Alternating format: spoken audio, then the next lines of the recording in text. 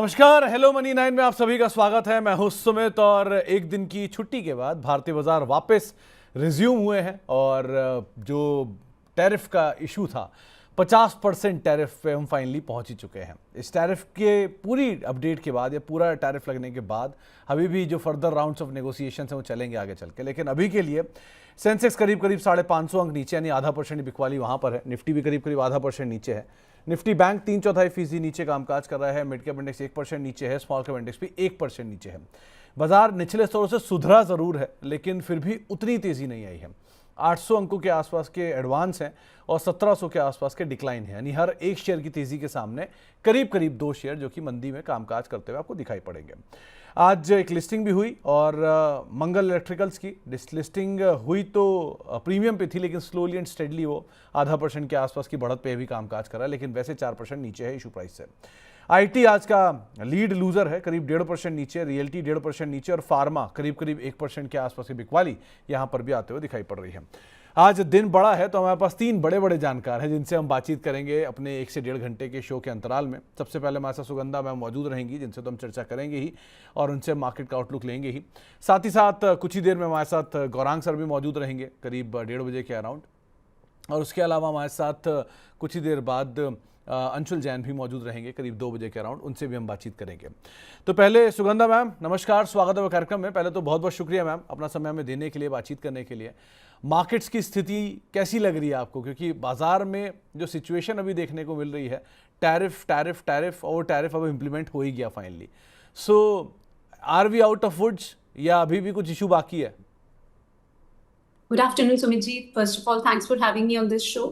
No, we are not out of woods as of now. जिस तरीके का structure बना हुआ है, जिस तरीके के कंसर्न्स बने हुए मार्केट में, अभी लग रहा है दबाव थोड़ा सा और बढ़ सकता है। इवन दो इंट्राडे पर्सपेक्टिव से अगर मैं देखूं तो 24,500 is a very important support area for the benchmark index. और अगर मैं बैंक निफ्टी की बात करती हूँ तो 53,900, 54,000 mark is acting as a very strong support area. So यहाँ से कुछ रिवाइवल जरूर देखने को मिलेगा, बट अगर हम सेंटिमेंट्स की बात करें तो they have taken a big hit. और बैंक निफ्टी में तो हमने सिग्निफिकेंट सेलिंग प्रेशर आते हुए थे which is continued for the second consecutive week.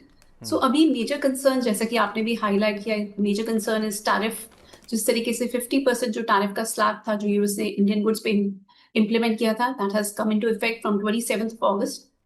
और इसी वजह से हम सिग्निफिकेंट प्रेशर आते हुए देख रहे हैं, specially the export oriented sectors. Because US का अगर हम ओवरऑल देखें तो हम 20 से 25% ऑफ हमारे जो एक्सपोर्ट्स हैं they are targeted towards US. और इसका हमारे जो ओवरऑल जो हिट आने वाला है इकोनॉमी पे, that is going to be almost $24 billion. So काफी मेजर है ये, काफी ज्यादा लेबर इंटेंसिव सेक्टर्स हैं और हमारा जो कॉम्पिटिटिव एज है we are going to lose that. Because बहुत सारी जो दूसरी कंट्रीज है वहाँ टैरिफ स्लैब्स काफी कम है, they are in the range of around 15 to 20% जो हमारे कॉम्पिटिटर्स हैं। सो यहाँ काफी ज्यादा हिट आ रहा है। बट वहीं the silver lining here is the fact that government ने जो जीएसटी स्लैब्स में रैशनलाइजेशन की बात की है, that is going to be a big positive for the Indian markets.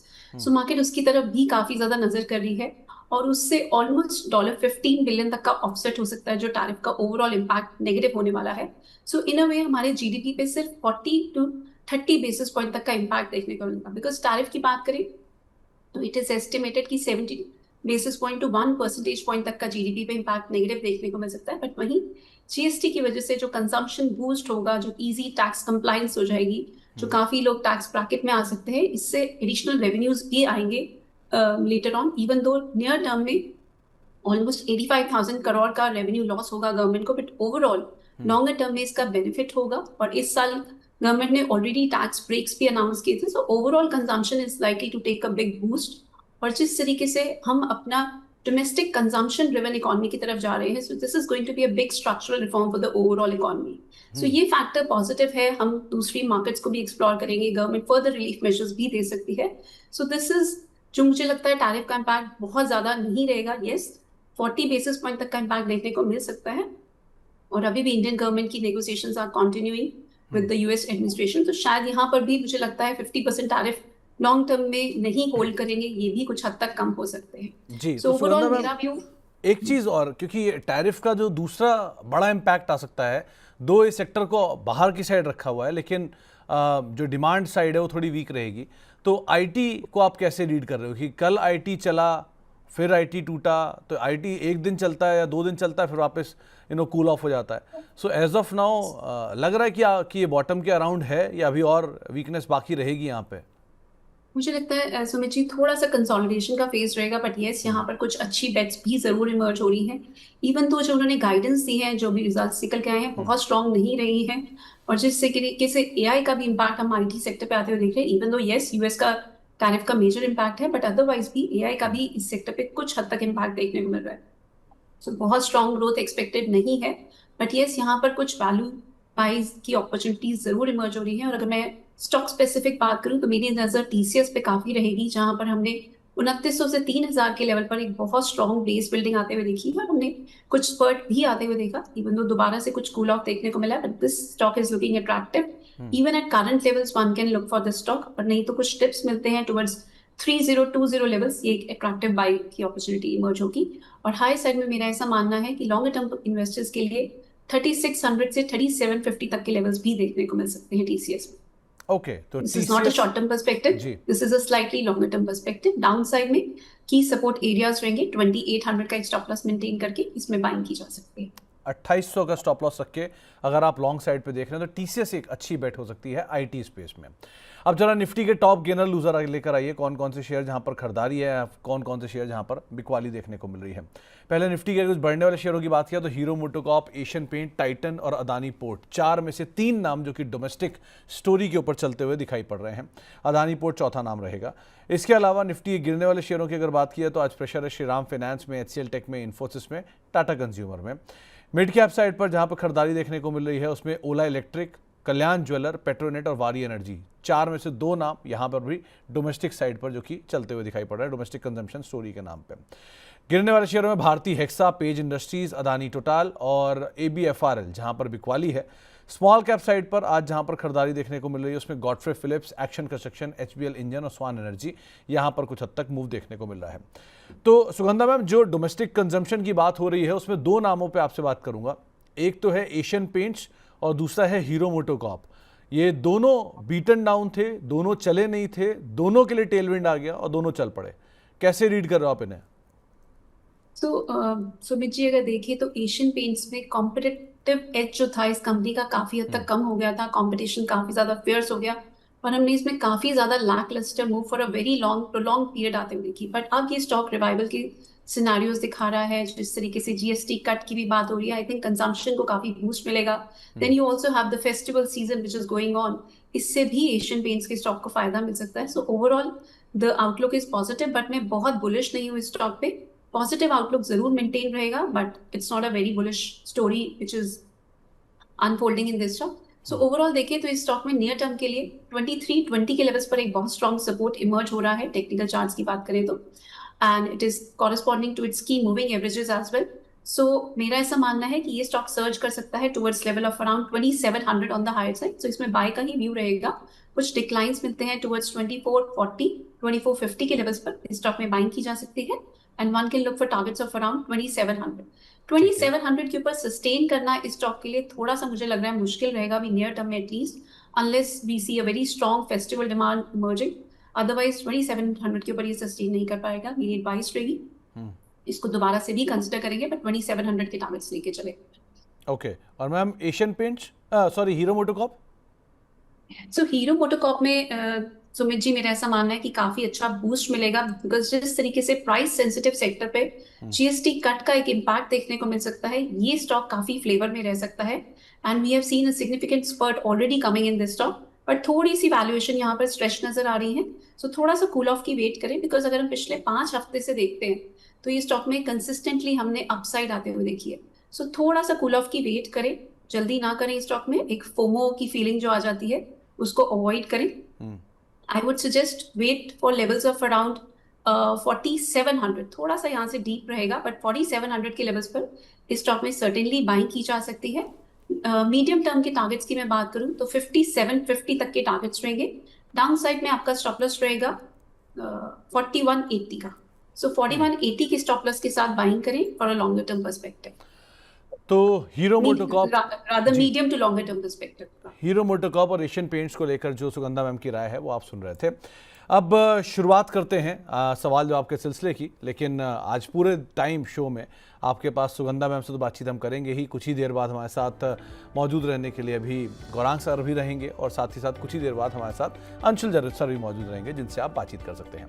तो अगर आपका इन तीनों से कोई भी सवाल है तो आप हमारे साथ जुड़ सकते हैं। 9311211874 ये हमारा व्हाट्सएप नंबर है, और साथ ही साथ आप ईमेल कर सकते हैं money9query.com पर। इसके अलावा ट्विटर, सोशल मीडिया के तमाम प्लेटफॉर्म जिनके ज़रिए भी आप हमारे साथ जुड़ सकते हैं, और उसके अलावा आप मेंबरशिप के ज़रिए भी हमारे साथ जुड़िए और सीधे सीधे इस कार्यक्रम का हिस्सा बनिए और जानकारों से राय लीजिए। सबसे पहला सवाल जो मेरे पास आया है मैम, वो आया है पार्था नाथ साहब का। पहले तो बहुत बहुत शुक्रिया नाथ साहब। और इनका सवाल है, एक तो चोलामंडलम होल्डिंग को लेकर इन्होंने 1951 रुपए के दाम पर खरीदारी कर रखी है, क्या करना चाहिए इसमें?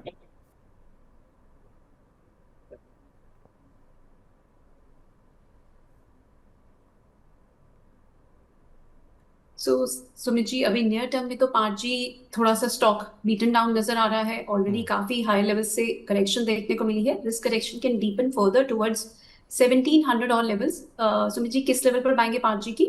इन्होंने खरीदारी का लेवल नहीं बताया मैम। सुमित जी, मेरा ऐसा मानना है कि अभी आप इसको होल्ड रखें। ऑलरेडी स्टॉक काफी करेक्ट कर चुका है। 1700 के नीचे का आपको स्टॉप लॉस प्लेस करना होगा एंड कंटिन्यू टू होल्ड। जैसे मार्केट्स रिकवर करेंगी, इस स्टॉक में भी एक अच्छी रिकवरी का फेज देखने को मिलेगा। 1680 के क्लोजिंग बेसिस के स्टॉप लॉस के साथ पार्ट जी आप इसको होल्ड कर सकते हैं। ये स्टॉक अगर 1980 के लेवल को on the higher side recovery के फेज में ब्रेक कर पाता है तो we can see levels of around 2100 all over again as well. So hold की एडवाइस रहेगी विद द स्टॉप ऑफ 1680। तो 1680 का एक स्टॉप लॉस लगा के आप पोजीशन में बने रहें, वो आपको एक यहाँ पर राय दी गई है। जतिन दवे साहब के पास, पहले तो हमारे मेंबर भी हैं, उनके पास टाइम टेक्नोप्लास के शेयर हैं। 488 रुपए के दाम पे उन्होंने खरीदारी कर रखी है। मैम, टाइम टेक्नोप्लास्ट कम चर्चा में रहता है, कैसे रीड कर रहे हो आप इसे?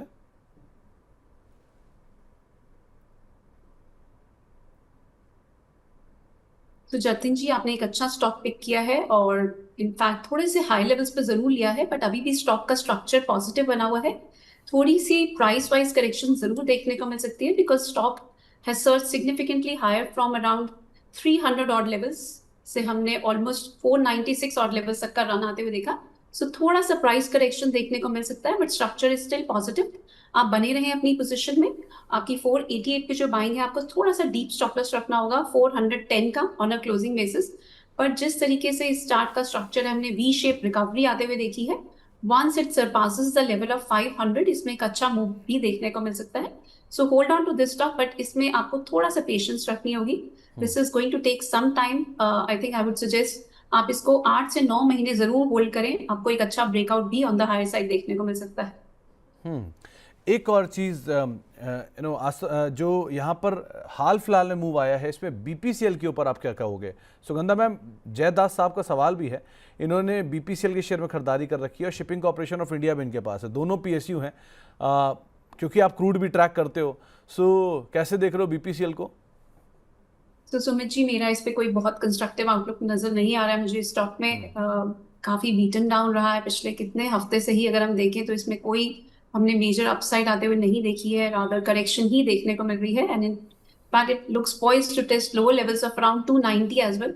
सो अभी तो वेट करें। लॉन्गर टर्म स्टोरी इस स्टॉक में पॉजिटिव रहेगी, बट अभी नियर टर्म के लिए I would suggest to avoid this stock. अगर कोई होल्ड कर रहा है तो आप होल्ड कर सकते हैं इसमें, but keep a strict stop loss of 280 on a closing basis. अभी नियर टर्म के लिए अवॉइड स्टॉक रहेगा ये। और ma'am, shipping corporation of India?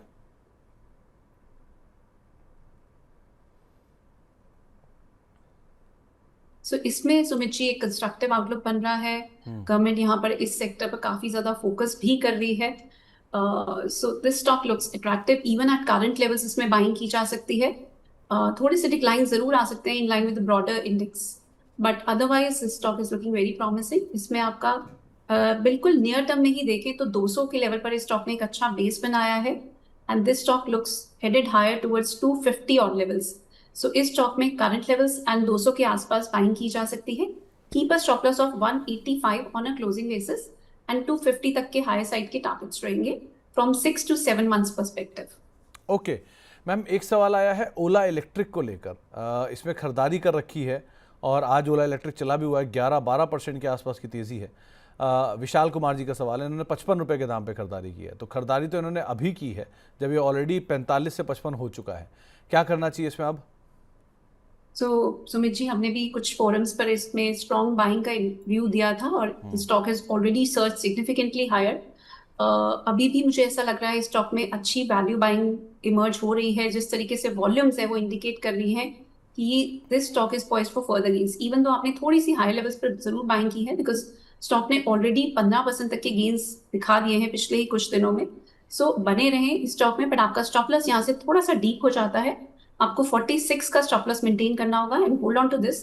Once this stock surpasses 59 to 60 और levels on a closing basis, इसमें एक बहुत स्ट्रॉन्ग अपसाइड की मूव देखने को मिल सकती है टुवर्ड्स 80 और लेवल्स। काफी सिग्निफिकेंट रिटर्न के पोटेंशियल इस स्टॉक में अभी भी नजर आ रहे हैं। बट यस, 60 का लेवल जरूर ब्रेक होना चाहिए। आपको 60 के लेवल पर जरूर क्लोजिंग बेसिस पे नजर रखनी होगी। ये ब्रेक होगा तो आप धीरे धीरे अपने स्टॉप लॉस को ट्रेल करते रहें and eventual targets over a period of around 9 to 10 months you can see 80 levels and okay, down side में भी अभी 47 का स्टॉप लॉस प्लेस करके होल्ड कर। एक विनोद जी का सवाल आया है जीएसएफसी को लेकर।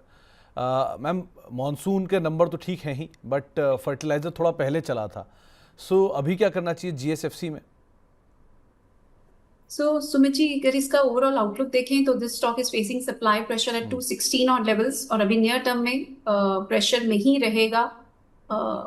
आई see this stock heading lower towards 175 to 180 odd levels as well. अभी अगर किसी की भी पोजीशन है, मेरी एडवाइस रहेगी आप चाहें तो एक बार एग्जिट करके दोबारा लोअर लेवल्स पर एंट्री कर सकते हैं, और else if someone is a long term investor 174 का क्लोजिंग बेसिस पे स्टॉप लॉस ले ले, बिकॉज स्ट्रक्चर अभी स्टॉक में काफी वीक नजर आ रहा है। जिस तरीके से टॉप हैवी बना हुआ है, एक डबल टॉप पैटर्न बना है which is a bearish technical pattern. So this stock looks headed lower only as of now. Okay, Sanjeev Yadav ji Exit की advice रहेगी। एक मैम ग्रिजेश आहूजा जी का सवाल आया है। इन्होंने शीला फोम ले रखा है, ये पिछले सत्र में यानी कि ट्यूसडे के सेशन में चला भी था काफ़ी। अब इन्हें करना क्या चाहिए शीला फोम में?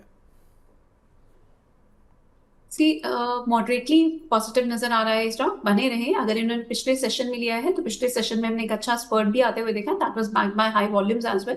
बट आज के सेशन में थोड़ी सी लैकलस्टर मूव नजर आ रही है। It is not able to see follow up buying. अगर ये स्टॉक 745 के ऊपर निकलता है then only I see it entering a very strong bullish territory, otherwise I think it will consolidate for a while. अभी बने रह सकते हैं, it's not looking bearish as well. आपका स्टॉप लॉस यहाँ पे रहेगा, I just give you a very small stop loss, 678 का स्टॉप लॉस प्लेस करें एंड होल्ड रखें अपनी इस पोजीशन को। तो फिलहाल आप बने रहिए, लेकिन एक स्टॉप लॉस को आप ज़रूर फॉलो करिएगा। और second half of the year probably, क्योंकि इनकी कॉन कॉल में इन्होंने बात बोली थी कि वो ज़्यादा बेटर होना चाहिए। लेट्स सी किस तरह से सिचुएशन जाते हुए दिखाई पड़ती है second half of the year में। एलआईसी को लेकर संजीव यादव साहब सवाल पूछ रहे हैं। इन्होंने ना खरीदारी का भाव बताया है, ना इन्होंने है कि नहीं बताया, बस एलआईसी लिखा है। मैं एज्यूम करता हूँ कि इन्होंने शायद खरीदने की इच्छा रखी होगी। आप क्या राय रखते हो मैम?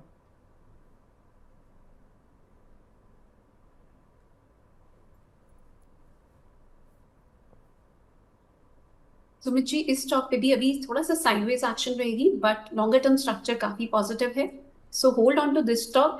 इन्होंने बाइंग का प्राइस अपना नहीं बताया है, बट मेरा ऐसा मानना है कि इस स्टॉक में for a period of around 1 year अगर आप होल्ड करते हैं तो आपको 1100 तक के लेवल्स भी देखने को मिल सकते हैं। डाउन साइड में अगर मैं इसके सपोर्ट की बात करूं तो 775 is likely to act as a very strong support. मेरा ऐसा मानना है कि नियर टर्म में शायद थोड़ा सा प्रेशर रहे, बट लोअर लेवल्स पर इस स्टॉक में एक अच्छी बाइंग इंटरेस्ट देखने को मिलेगा।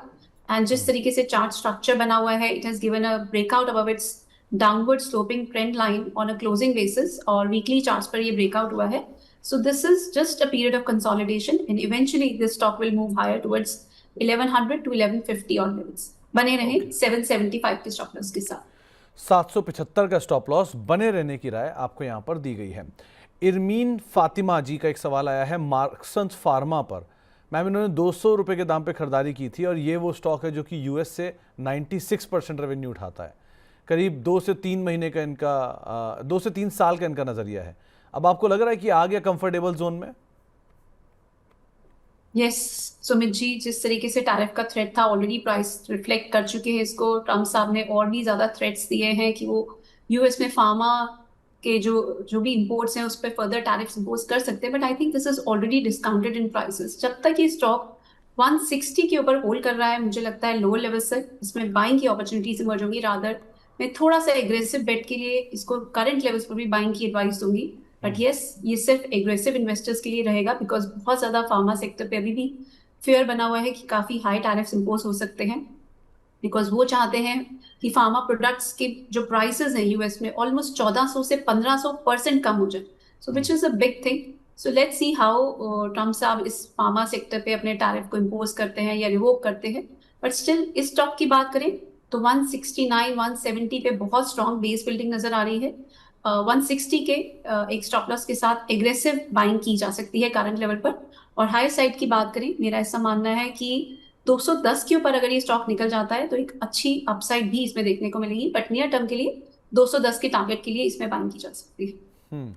तो आप इसमें बाय तो कर सकते हैं, लेकिन थोड़े एग्रेसिव हैं तो, क्योंकि टैरिफ को लेके बहुत अनिश्चितता है और ये कंपनी बड़ा यूएस एक्सपोजर रखती है, सो उस हिसाब से आप काम कीजिएगा।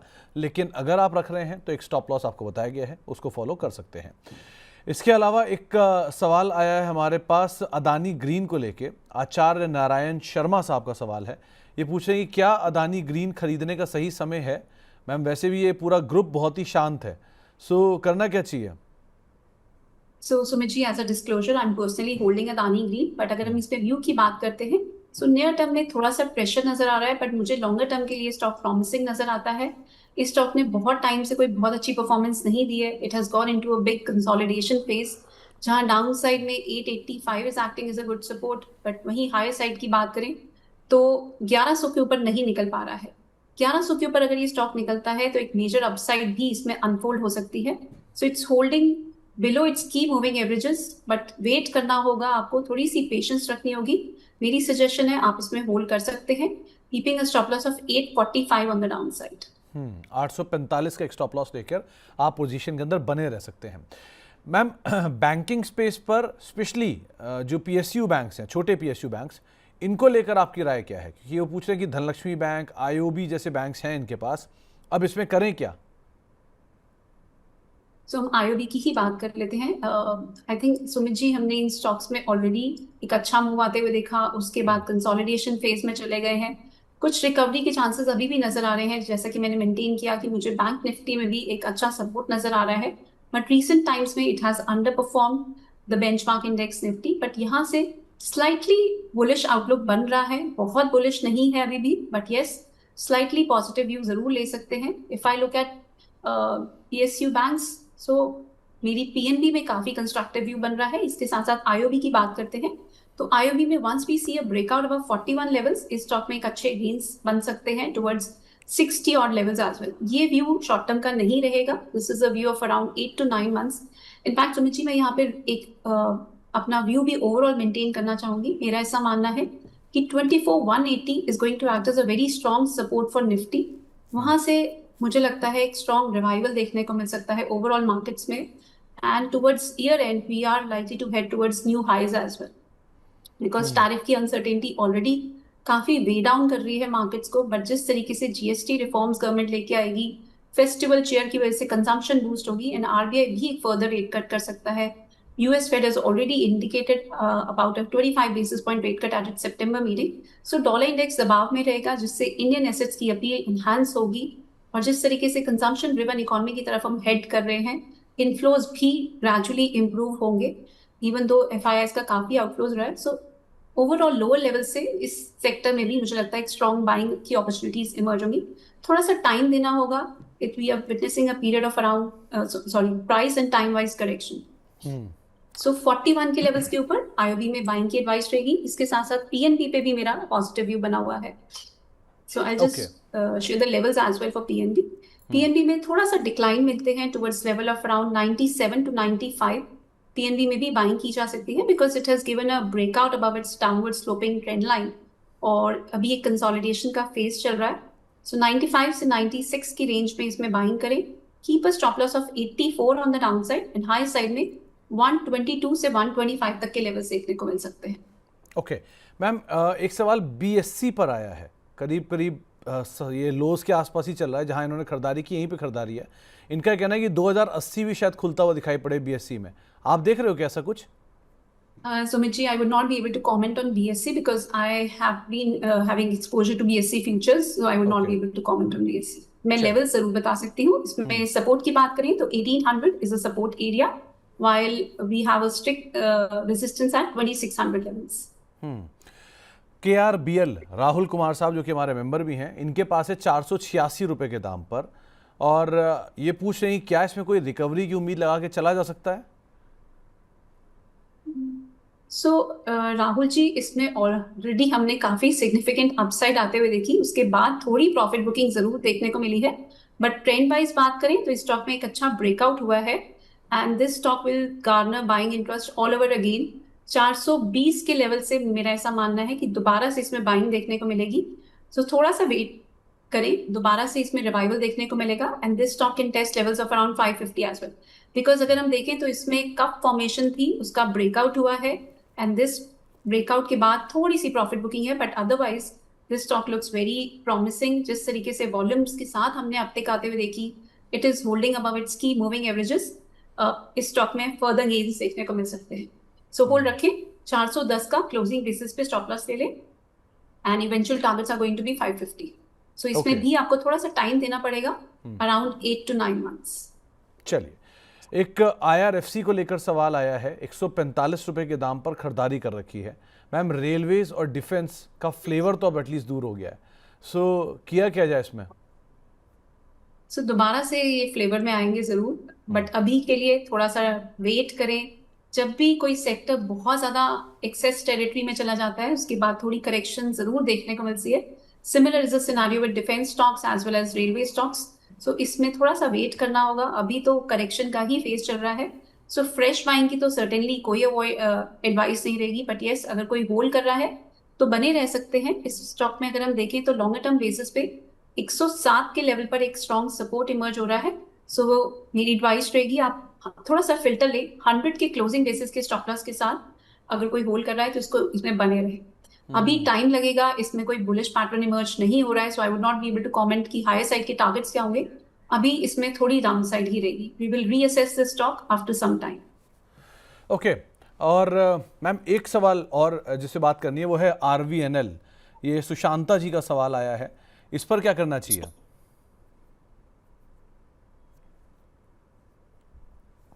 So, Sumit ji, RVNL is holding close to its very important support of 298. 298 के आसपास इसमें एक अच्छा सपोर्ट है, so which is very close to the current price. So थोड़ा सा और पेन देखने को मिलेगी, काफी ज्यादा ऑलरेडी स्टॉक में हमने पेन आते हुए देखी है, but 298 should hold on a closing basis. जब तक 298 होल्ड कर रहा है, रिवाइवल की बहुत स्ट्रॉन्ग चांसेस हैं, but yes, a word of caution, अगर 298 का लेवल क्लोजिंग बेसिस पे ब्रेक हो जाता है तो मेरी एडवाइस रहेगी जरूर आप स्टॉक से एग्जिट करें, फर्दर पेन भी आपको देखने को मिल सकती है अदरवाइज। सो बेटर है 298 का क्लोजिंग बेसिस पे स्टॉप लॉस लें, इस लेवल को जरूर ध्यान में रखें। ओके, सुगंधा मैम, आप कार्यक्रम में शामिल हुए, आपका बहुत बहुत शुक्रिया। मैम, जाने से पहले कोई इंडिविजुअल स्टॉक जिस पे आपकी नजर रहेगी आज? यस, सुमित जी, मेरी टीटागढ़, हमने रेलवे सेक्टर की बात की और मेरी टीटागढ़ रेल पे ही एडवाइस रहेगी। सो मुझे स्टॉक काफी प्रॉमिसिंग नजर आ रहा है, एक मेजर ऑर्डर विन भी थी स्टॉक में, so I'll just share the levels also.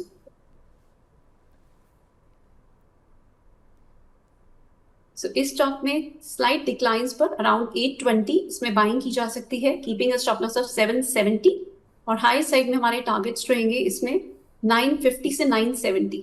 980 का लेवल अगर ये स्टॉक में ब्रेक हो जाता है तो इट्स हेडेड सिग्निफिकेंटली हायर, सो अभी सिर्फ एक रेंज के ट्रेड के लिए बाइंग की जा सकती है, बट अगर 980 का लेवल क्लोजिंग बेसिस पे ब्रेक होता है तो एक सिग्निफिकेंट ब्रेकआउट भी होगा। So I just repeat the levels, 820 825 के आसपास बाइंग, 770 का स्टॉप लॉस एंड 950 से 970 तक के टारगेट्स।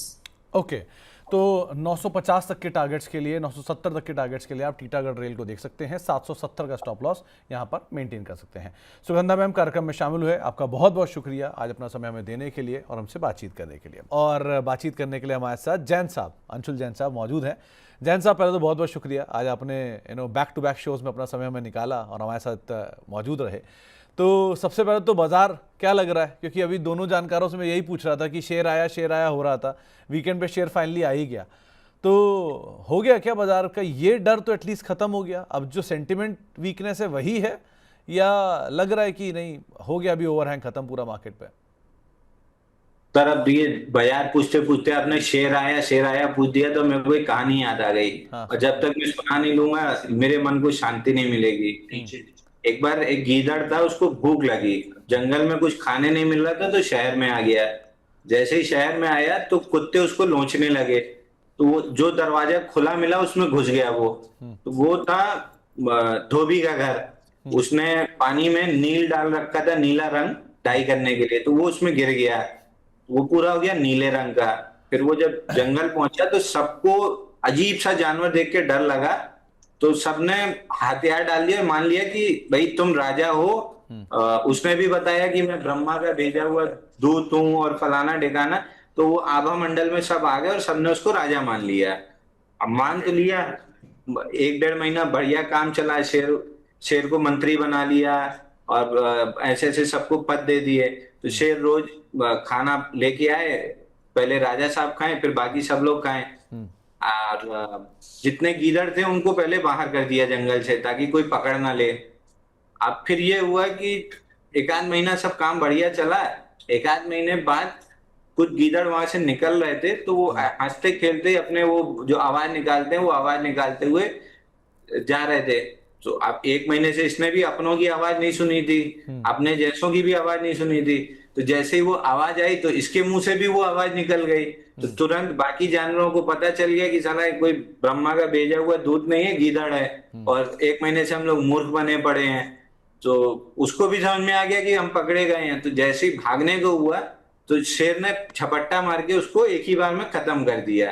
तो अभी ये शेर आया नहीं हो रहा था, ये सियार आया। तो फूफा जी का जिस दिन नीला रंग उतरेगा ना, उस दिन फिर ऐसे ही पकड़े जाएंगे फूफा जी। नहीं तो अभी जो जिस्ट है स्टोरी का, आप क्योंकि यहाँ बहुत सारे कैरेक्टर इन्वॉल्व हैं तो कौन से वाले को आपने सीआर रखा हुआ है ये जानना जरूरी है।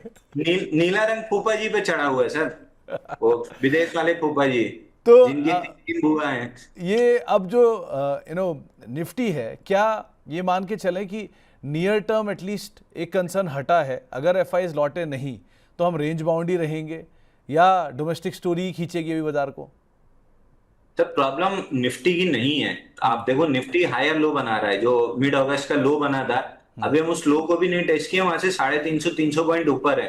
प्रॉब्लम आ गई है बैंक निफ्टी में, जो मेन खिलाड़ी है वो 54,800 जो टूटना वो हुआ बैंक निफ्टी पे, ये बड़ा गलत हो गया। मैं एक्सपेक्ट कर रहा था कि आज या कल के सेशन में हम रिक्लेम कर लेंगे। अब आज चूंकि मंथली एक्सपायरी है, मैं ये कहूंगा कि 2:30 बजे के बाद थोड़ा सा सतर्क रहें।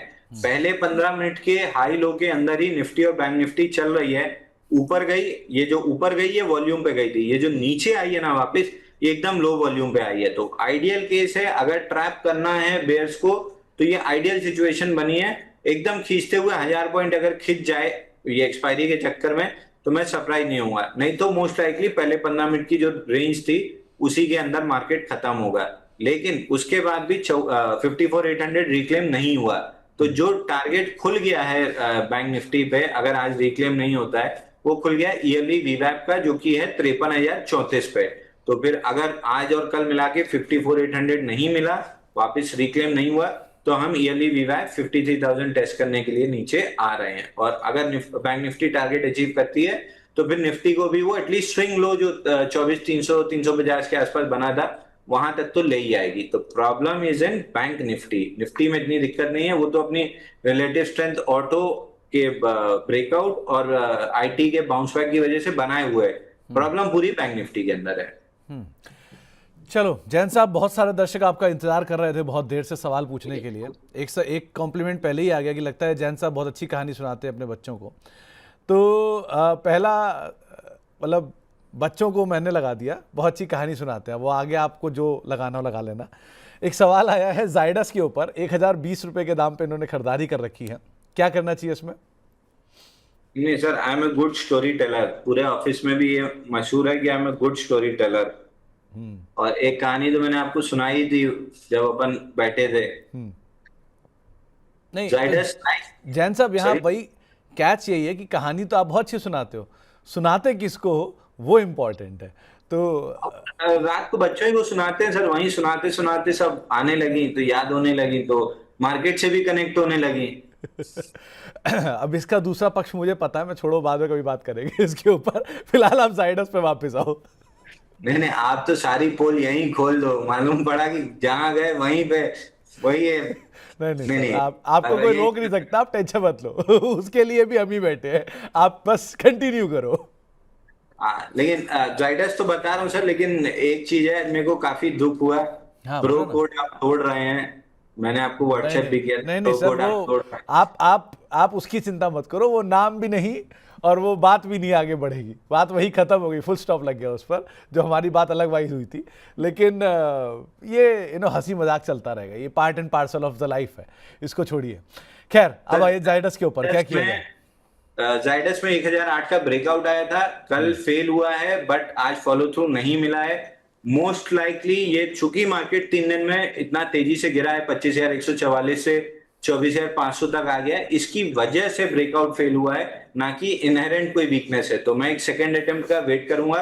अगर 2-4-5 दिन में ये वापस 1008 के ऊपर आया, I would be a buyer for 1200 at least, मतलब 1080, 1120 ये रेजिस्टेंस जोन है, बट 1200 का लेवल तक आ सकता है। तो आप एक बार के लिए 1080 पकड़िए 1008 के ऊपर, तो फ्रेश बाइंग करना है तो 1008 के बाद करना है, 1080 का पहला टारगेट लगाना है। अगर है तो एक बार होल्ड कीजिए 2-4 दिन के लिए। अगर ये मार्केट इसी तरह स्टेबल होके 53,000 तक बैंक निफ्टी टेस्ट करके बाउंस करेगी, तो इस स्टॉक में स्ट्रेंथ आ जाएगी, क्योंकि रिलेटिव स्ट्रेंथ क्लियरली विजिबल है और चलना चाहिए स्टॉक के ऊपर।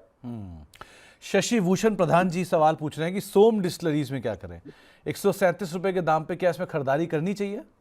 नहीं सर, सोम डिस्टिलरी में भी सेम चीज हो रहा है जो यूनाइटेड ब्रिवरेजेस में, यूनाइटेड स्पिरिट में हुआ था, कि 1498 के पे सपोर्ट नहीं लिया, फिर 1367 वाले पे नहीं लिया और नीचे आ रहा है। तो ये पहले 153 का स्टॉप लॉस काटने के बाद तो ट्रेडर्स की लिस्ट से बाहर हो गया। इन्वेस्टर्स के लिए 137 not a good rate two by, investors के लिए 116 अच्छा रेट है बाई करने के लिए। तो थोड़ा वेट कीजिए, आपको 116 में भी मिल सकता है, वहां इन्वेस्टर्स एक्यूमुलेट करेंगे तो ऊपर में आपको 250 से 250 तक का टारगेट मिलेगा। एक सवाल आया है खास तौर से 2 शेयरों को लेकर, संजीव कुमार साहब पूछ रहे हैं कि जुआरी और एसपीएमएल इंफ्रा, इन दोनों में मल्टी ईयर कंसोलिडेशन ब्रेकआउट है क्या, आप ही देख के बताओ।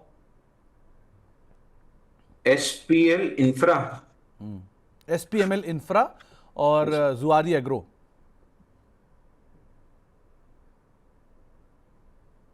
एसपीएमएल में मल्टी ईयर तो नहीं कहेंगे सर, लेकिन 1-1.5 साल का, 1.25 साल का है और बहुत अच्छा नहीं है। एसपीएमएल इंफ्रा में छोटा सा ब्रेकआउट है, मल्टी ईयर तो नहीं है, मल्टी वीक कह सकते हैं, क्योंकि केवल 47 हफ्तों का ब्रेकआउट भी नहीं है, ब्रेकआउट के पास आगे फिसल गया है। 310 के ऊपर टिकेगा तो ब्रेकआउट माना जाएगा, ब्रेकआउट के ऊपर टिका नहीं है, अभी तो वीकली मूविंग एवरेज कैचअप करने नीचे आया है। नेक्स्ट लेग में अगर उसके ऊपर निकलता है तब फिर भले कुछ बन सकता है, बाकी बहुत अच्छा पैटर्न तो मेरे को नहीं दिख रहा ट्रेड करने लायक। 320 के ऊपर जब जाएगा तब जरूर ये अच्छा हो सकता है। और ज्वारी में सर 2 है, ज्वारी इंडस्ट्री और ज्वारी केमिकल।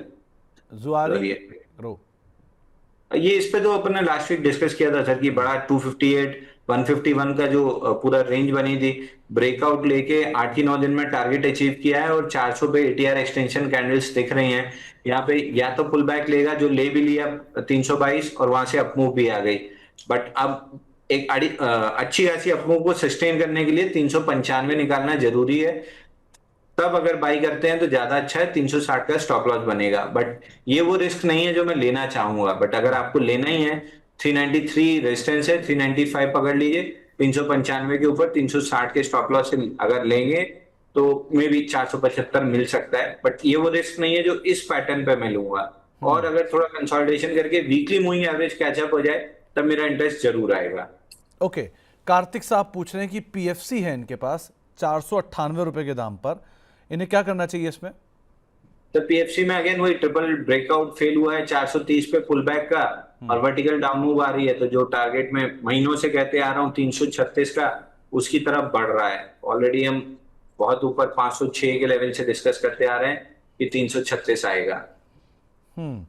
एक और सवाल आया है डॉक्टर विवेक द्विवेदी साहब का। ये जीई वर्नोवा इन्होंने लेके रखा है 2815 के दाम पे। हाल में इसने हाई भी बनाया अपना, अब क्या करना चाहिए? तो जी वनोवा में 2243 का ब्रेकआउट था और लगभग टारगेट भी कंप्लीट कर लिया 2900 का, और पुल बैक आ रहा है। ये पुल बैक गैप फिल करने आ रहा है तो नीचे 2485 तक आ सकता है। 2485 पे क्या करेगा उस पर डिपेंड करेगा कि रखना है कि बेचना है। फिलहाल 2485 आ सकता है। जैन साहब, एक सवाल आया है L&T फाइनेंस को लेके संदीप कुमार साहब का। वो पूछ रहे हैं इसमें खरीदारी करनी चाहिए क्या? आप कैसे देख रहे हो? थोड़ा थोड़ा करके एक्यूमुलेट करते चलिए, 500 रुपए तक जा रहा है। यहाँ पे थोड़ा ले लीजिए, 196 पे ले लीजिए, 184 अगर आ गया तो वहां पे और ऐड कर लीजिए। मतलब मार्केट में कोई भी पैनिक आता है और अगर ये नीचे आता है तो आपके लिए बाइंग अपॉर्चुनिटी है, क्योंकि 400 से 500 का टारगेट इसमें मिल रहा है आपको। इसके अलावा एक और सवाल आया है हमारे पास साईं प्रवीण साहब का। ये पूछ रहे हैं ब्लूजेट हेल्थ, इसमें क्या करें? एक तरफा चला था, फिर एक तरफा अब टूट रहा है। यहाँ पर करना क्या चाहिए इसमें? सर इसमें ब्रेकआउट फेल हुआ था, 969 का ब्रेकआउट फेल हुआ था। लॉन्ग लिक्विडेशन का पहला टारगेट 828 था, जिसको इसने बड़ी निर्दयता से और बड़े वॉल्यूम से और गैप के साथ तोड़ा है। तो सेकंड लॉन्ग लिक्विडेशन का टारगेट 680 है, जो ऑलमोस्ट टेस्टेड है। 694 चल रहा है।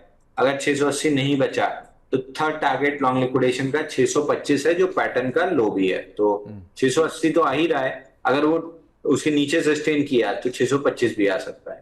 इनफैक्ट ये OFS की खबरें बीच में आई थी, जिसके दम पर भी थोड़ी सी बिकवाली के अंदर आता हुआ दिखाई पड़ा।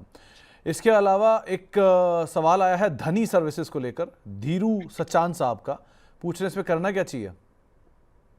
धानी में सर हमारे क्लाइंट लॉन्ग हो सकते हैं। हमने बाई दिया था क्योंकि फ्राइडे को बड़े वॉल्यूम से चला था। ये एवरेज वॉल्यूम इसका 3.7 मिलियन है, उस दिन 16 मिलियन के वॉल्यूम से चला था। उसका मिड ऑलमोस्ट प्रोटेक्ट हो रहा है, तो जब तक 62, 61, 50 ऑड लेवल्स प्रोटेक्टेड है, थोड़ा समय खींच सकता है, बट 71 तक का टारगेट मिल सकता है। तो रिस्क बहुत छोटी है, रिवॉर्ड बहुत बड़ा है, उसलिए आज हम प्रीएम्प्टिव लॉन्ग है, क्लाइंट को बाई मिला। ओके, संजीव कुमार साहब बोल रहे हैं कि टाटा पावर 368 रुपए के दाम पे खरीदारी है, अभी इनको प्रॉफिट है, क्या करें? बेच के निकल जाएं या फिर लोअर लेवल पे लें? सर देखिए, गैप पे पिछली बार सपोर्ट लेके चला था, दोबारा इसी गैप में अगर 369 टूटता है तो फिर एक बार के लिए 340, 335 तक आ सकता है। तो 369 के नीचे क्लोजिंग बेसिस स्टॉप लॉस लगा लें। बट ये पूरी डिप टाटा पावर में बाई ऑन डिप्स वाली डिप है। इवेंचुअली ये काउंटर वापस से ऑल टाइम हाई बनाएगा। ओके, बट ये इन्वेस्टर्स वाला है, ट्रेडर वाला बिल्कुल नहीं है। चलिए, तो इन्वेस्टर वाला है, ट्रेडर वाला नहीं है। दीप चौधरी साहब पूछ रहे हैं कि स्टील एक्सचेंज ऑफ इंडिया में क्या करें? स्टील एक्सचेंज में सर स्टॉप लॉस कटा है हमारा, 9.5 का स्टॉप लॉस था, कट गया है। तो हमने अपने क्लाइंट्स को एग्जिट की सलाह दी है, अगर आपके पास है तो एग्जिट कर सकते हैं। अमान खान साहब के पास ग्रीव्स कॉटन और अतुल ऑटो है, 2 साल का इनका नजरिया है, क्या करना चाहिए? ग्रीव्स कॉटन और अतुल ऑटो तो कम्प्लीटली डाउन ट्रेंडिंग काउंटर लग रहा है। 696 का ब्रेकआउट फेल करके लिक्विडेशन का पहला टारगेट 473 था, वहां आ गया। वहां आने के बाद से मार्च से साइडवेज है, सेलर्स बिल्कुल प्रेजेंट नहीं है। तो एक डेड कैट बाउंस टुवर्ड्स 511 बनने की पॉसिबिलिटी डेवलप हो रही है। तो कुछ समय इसमें इंतजार कर लीजिए, बाउंस बनेगा तो थोड़ा सा मतलब आप एटलीस्ट रिकवरी हो जाएगी लॉस की। Same is with Greaves cotton, 68 दिन में 47% गिरने के बाद से जो बॉटम लगाया था वहां से ऑलरेडी हो चुका है इसको 96 दिन, जहां पे साइडवेज एक रेंज में है 225 और 180, और 225 रिजेक्ट हुआ है तो 180 आ सकता है। तो आपको एक राय दी गई है दोनों स्टॉक्स को लेके।